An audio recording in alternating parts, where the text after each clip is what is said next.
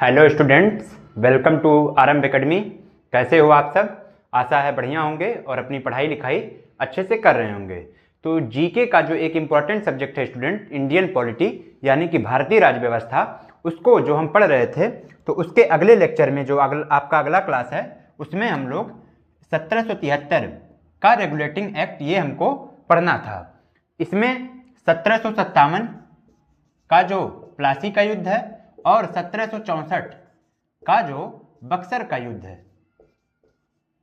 1764 का बक्सर का युद्ध और 1757 का प्लासी का युद्ध, इसको हम लोगों ने डिटेल में पढ़ा था और ये देखा था कि इसके युद्ध के बाद किस तरीके से भारत का जो परिदृश्य है वो बदलता है, कैसे फिर ब्रिटिश शासन मजबूत होता है, कैसे फिर ईस्ट इंडिया कंपनी पर इनका नियंत्रण होता है। ये सारे जो सिस्टम हैं वो सब 1773 के रेगुलेटिंग एक्ट में दिए गए हैं। हल्का फुल्का एक मोटी मोटा आइडिया आपको दिया गया था, उसके बाद हमने बताया था कि 1773 का रेगुलेटिंग एक्ट हम अच्छे से अगली क्लास में पढ़ेंगे। तो 1773 का रेगुलेटिंग एक्ट की बात करें तो 1773 इसलिए कि ये इसी सन में आया था। रेगुलेटिंग एक्ट, रेगुलेटिंग मतलब होता है रेगुलेट करना, ठीक है। किसी भी नियम को, किसी भी कानून को या किसी भी व्यवस्था को जो रेगुलेट किया जाता है, उसको रेगुलेट करने के लिए जो एक्ट लाया जाता है उसी को रेगुलेटिंग एक्ट कहा जाता है। आप इसको कानून से समझ सकते हैं। तो इसके जो रेगुलेटिंग एक्ट है इसमें क्या था, क्या प्रावधान थे, तो ये स्टूडेंट हुआ क्या था कि इस रेगुलेटिंग एक्ट का बहुत ही संवैधानिक महत्व है, ठीक है। यानी कि इसमें कई सारे रूल और रेगुलेशंस चेंज किए गए, फिर जो भी पुरानी रणनीतियां थी उसमें क्या कमी हो रही थी वो सब ब्रिटिश शासन देख के उसको व्यवस्थित करता है। तो पहले तो क्या होता है कि जो कंपनी है, कौन सी कंपनी, जब कंपनी की बात होगी तो आपको ईस्ट इंडिया कंपनी समझनी है। कौन सी?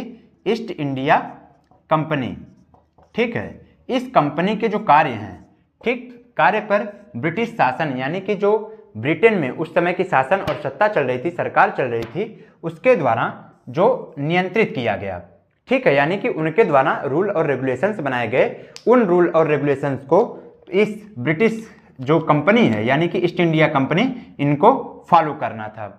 फिर इसके बाद स्टूडेंट हुआ क्या कि जो भी कंपनी के कार्य हैं, ठीक है, कंपनी के प्रशासनिक एवं राजनीतिक कार्य, यानी कि जैसे मान लीजिए कंपनी तो भारत में है, शासन सत्ता तो ब्रिटेन में है, इंग्लैंड में है, तो इसके द्वारा जो प्रशासनिक कार्य यहाँ पर होंगे या फिर राजनीतिक कार्य होंगे तो इनको मान्यता देना।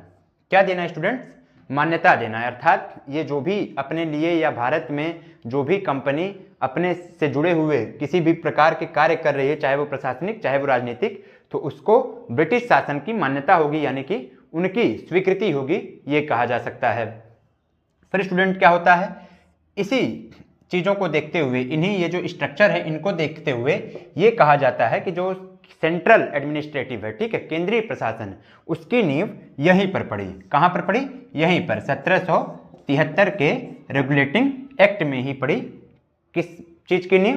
केंद्रीय प्रशासन की, यानी कि सेंट्रल जो लीडरशिप है या फिर सेंट्रल एडमिनिस्ट्रेशन है उसका, केंद्रीय प्रशासन का।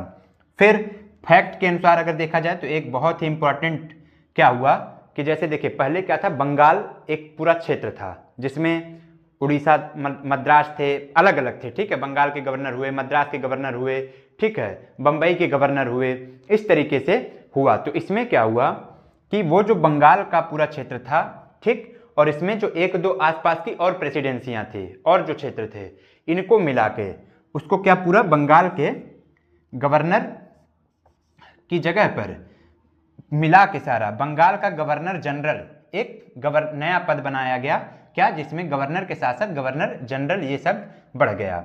और उस बंगाल, अब जो बंगाल के गवर्नर जनरल होंगे उस बंगाल में शामिल कौन कौन सा होगा, तो ये मुंबई और मद्रास, इनको भी इसी के अधीन कर दिया जाता है। किसके अधीन कर दिया जाता है? बंगाल के अधीन। बंगाल के अधीन करके और इन तीनों को मिला के एक नया पोस्ट गवर्नर जनरल बनाया गया। क्या बनाया गया student? Governor general.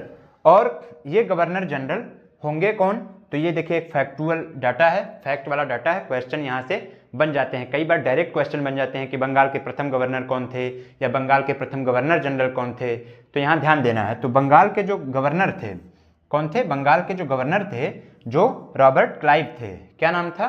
Robert Clive, यानी कि एक तो पहले यही क्वेश्चन हो गया कि बंगाल के प्रथम गवर्नर कौन थे, तो रॉबर्ट क्लाइव। और इनके स्थान पर क्या हुआ, इनके स्थान पर बंगाल के गवर्नर जनरल, नया पोस्ट क्या हो गया, बंगाल के गवर्नर जनरल। ये कौन से बने, ये बने वॉरेन हेस्टिंग्स। तो ध्यान दीजिएगा स्टूडेंट, कौन बने, बंगाल के गवर्नर जनरल कौन बने, वॉरेन हेस्टिंग्स। और इसके साथ साथ एक 4 सदस्यीय समिति बनती है, ठीक है, 4 सदस्यीय समिति बनती है जिसमें 4 सदस्य होंगे और ये इन गवर्नर जनरल के साथ मिलकर ये जो कार्य हो रहे हैं ब्रिटिश कंपनी के, इनका देखभाल करेंगे, इनका नियंत्रण करेंगे, ये सारी चीज़ें होंगी। तो 1773 के रेगुलेटिंग एक्ट में और क्या क्या चीज़ें हुए, इसके द्वारा और किन चीज़ों की स्थापना हुई, क्या नियम और कानून आए, ये हम नेक्स्ट स्लाइड में देखते हैं। आप तब तक क्या कीजिए कि जो भी आपके नोटेड पॉइंट हैं उसको आप अपने फेयर कॉपी में नोट डाउन कर लीजिए, शॉर्ट्स में एक एक लाइन नोट डाउन कर लीजिए। तो पिछले स्लाइड में अभी आपने देखा है कि 1773 का रेगुलेटिंग एक्ट जो था उसमें हम लोगों ने बात किया कि जो बंगाल के गवर्नर हैं उनको बंगाल के गवर्नर जनरल पद नाम दिया गया और लॉर्ड वॉरेन हेस्टिंग्स प्रथम गवर्नर जनरल हुए, किसके, बंगाल के। तो अब आगे की बात करते हैं। आगे क्या होता है कि जो कलकत्ता प्रेसिडेंसी है, ठीक है, कलकत्ता प्रेसिडेंसी, इसमें एक 4 सदस्यीय समिति होती है। क्या, 4 सदस्यीय समिति होती है कामकाज देखने के लिए कंपनी के, और कंपनी और ब्रिटिश सरकार के बीच एक ब्रिज का काम करना, एक सेतु का काम करना इस समिति का काम था। इसमें गवर्नर जनरल थे, यानी कि वही लॉर्ड वॉरेन हेस्टिंग्स रहे होंगे, भविष्य में जब गवर्नर जनरल बदलेंगे तो दूसरे आएंगे। फिर 4 सदस्यीय समिति, ये किसमें, 1773 के रेगुलेटिंग एक्ट में, ये सरकार और जो कंपनी है उनके बीच का एक बॉन्ड के लिए। फिर इसके बाद एक बहुत इंपॉर्टेंट क्या हुआ कि कलकत्ता में 1774 में, 1773 का रेगुलेटिंग एक्ट ही है, 1773 में आया ही एक उच्चतम न्यायालय। यहाँ ध्यान दीजिएगा, उच्चतम न्यायालय है। उच्चतम न्यायालय यानी कि जो आज के समय का सुप्रीम कोर्ट है वो है। क्योंकि होता क्या है, कई बार जब आप कहीं उच्च न्यायालय की स्थापना पढ़ेंगे तो वो किसी दूसरे सन में आएगा, तो लड़के कंफ्यूज कर देते हैं कि उच्चतम न्यायालय तो 1773 में स्थापित हुआ, 1774 में, और कहीं वन लाइनर में लिखा है कि उच्च न्यायालय की स्थापना दूसरे सन में हुई। तो यहाँ उच्चतम है, ये ध्यान देना है, सुप्रीम कोर्ट है, और वो जो रहता है वो हाई कोर्ट रहता है। तो कलकत्ता में 1774 में एक सुप्रीम कोर्ट यानी कि उच्चतम न्यायालय की स्थापना की जाती है, किसके थ्रू, 1773 के रेगुलेटिंग एक्ट के थ्रू। फिर इसमें होता क्या है, मुख्य न्यायाधीश होते हैं, ठीक, और 3 अन्य न्यायाधीश होते हैं। यानी एकदम जब स्टार्टिंग में कोई न्यायालय की स्थापना होती है तो उसमें एक चीफ जस्टिस और 3 अन्य जज। वो चीफ जस्टिस कौन थे, तो चीफ जस्टिस जो थे वो सर एलिजा इम्पे, क्या थे, सर एलिजा इम्पे। और 3 अन्य जज कौन थे, एक चैम्बर्स थे, एक लिमेस्टर थे और एक हाइट थे। तो ये 3 जज के नाम और एक मुख्य न्यायाधीश के नाम, ये मुख्य न्यायाधीश के नाम थोड़ा सा इंपॉर्टेंट है, ठीक, ये हुआ। फिर इसके बाद क्या हुआ कि कंपनी के जो लोग हैं यानी कि कंपनी के जो कर्मचारी हैं उनको क्या किया गया कि पर्सनल व्यापार यानी कि खुद निजी व्यापार ना करें, ये प्रतिबंधित किया गया। होता क्या है कि कई बार जब कोई व्यक्ति पोस्ट पे होता है, ठीक, अपनी नौकरी के साथ साथ अपना अलग कहीं प्राइवेट व्यापार करने लगा, तो वो जो इंटरेस्ट है, कॉन्फ्लिक्ट ऑफ इंटरेस्ट, वो आता है, क्योंकि वो व्यापार अपने व्यापार में व्यक्तिगत फायदा के लिए कंपनी के जो नियम कानून हैं उनमें ढील देता है, उसमें उस हिसाब से, तो उससे क्या होता है, कंपनी का और सरकार का घाटा होता है, ठीक। इसीलिए क्या किया गया कि कंपनी के जो कर्मचारी थे उनको निजी व्यापार यानी कि कोई व्यक्तिगत अपना व्यापार और उपहार प्रतिबंधित किया गया। उपहार मतलब होता क्या था, ये रिश्वत के तौर पे, घूस के तौर पे भारतीयों से उपहार ले लेते थे, तो वो प्रतिबंधित किया गया। इसके बाद क्या किया गया, लास्ट एक लाइन है जो कि मैं आपको बता देता हूं, यहां बगल में कहीं एक बोर्ड ऑफ डायरेक्टर्स, क्या, एक बोर्ड ऑफ डायरेक्टर्स की स्थापना होती है, ठीक है, बोर्ड ऑफ डायरेक्टर की स्थापना होती है।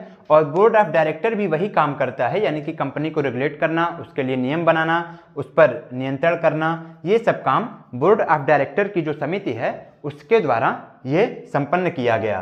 तो ये 1773 का रेगुलेटिंग एक्ट था, जिसमें आप लोगों ने पढ़ा कि किस तरीके से कंपनी पर केंद्रीय प्रशासन की नींव पड़ी, बंगाल के गवर्नर को बंगाल का गवर्नर जनरल किया गया, सुप्रीम कोर्ट की स्थापना हुई 1774 में। मुख्य न्यायाधीश जो सर एलिजा इम्पे थे। निजी व्यापार एवं उपहार ये सब प्रतिबंधित किए गए जो कंपनी के कर्मचारी थे, यानी रिश्वत लेना प्रतिबंधित किया गया। बोर्ड ऑफ डायरेक्टर्स की स्थापना हुई। अब इसके बाद स्टूडेंट्स अगला जो हमारा लेक्चर होगा उसमें हम पढ़ेंगे 1781 का सेटलमेंट एक्ट। ठीक है, क्या सेटलमेंट एक्ट ये हम पढ़ेंगे। 1781 का सेटलमेंट एक्ट पढ़ेंगे, 1784 का पिट्स इंडिया एक्ट पढ़ेंगे और आगे फिर जो रेगुलेटिंग एक्ट हैं उनको हम विस्तार से पढ़ेंगे। तो कैसा लगा आपको ये लेक्चर? आप अच्छे से इसको रिवाइज करिए, नोट करिए। धन्यवाद।